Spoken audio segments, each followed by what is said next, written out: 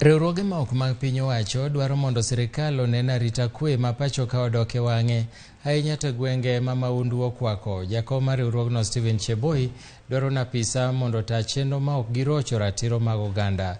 Cheboi jiwo sirikal mondo onen arita kwe obed e gwenge ma nigi midhiero mag monj kod kuo ma jamni.